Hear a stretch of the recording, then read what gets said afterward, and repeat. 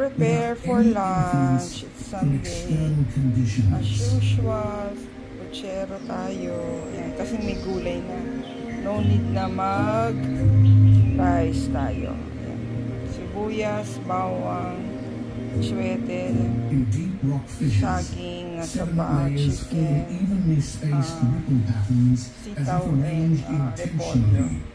Let's start preparing. We're preparing Sunday lunch. Ayan. Kasi natin sibuyas, bawang, saging, chwete, sitaw, chicken, repolyo. Bigyan natin ng garlic salt and patis. Let's start, mamshis. Sibuyas, bawang. Gisa-gisa pa rin. Before natin lagyan ang chicken. Isa muna natin ang ating chicken bago natin lagyan ng achuete sauce. Kaya muna natin siya gisa-gisa. After 10 minutes natin lagay yung achuete water natin. Let it soften.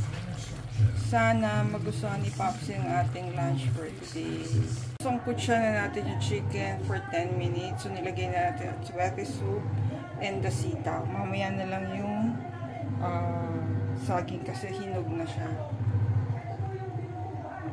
Saba.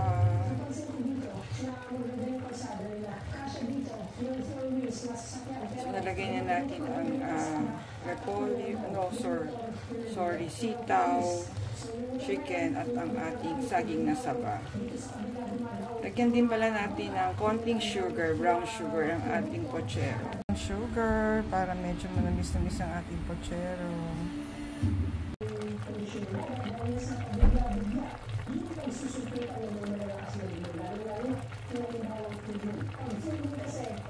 Repolyo, mga mamshi, last vegetable. Tunawin lang natin, then let's mix.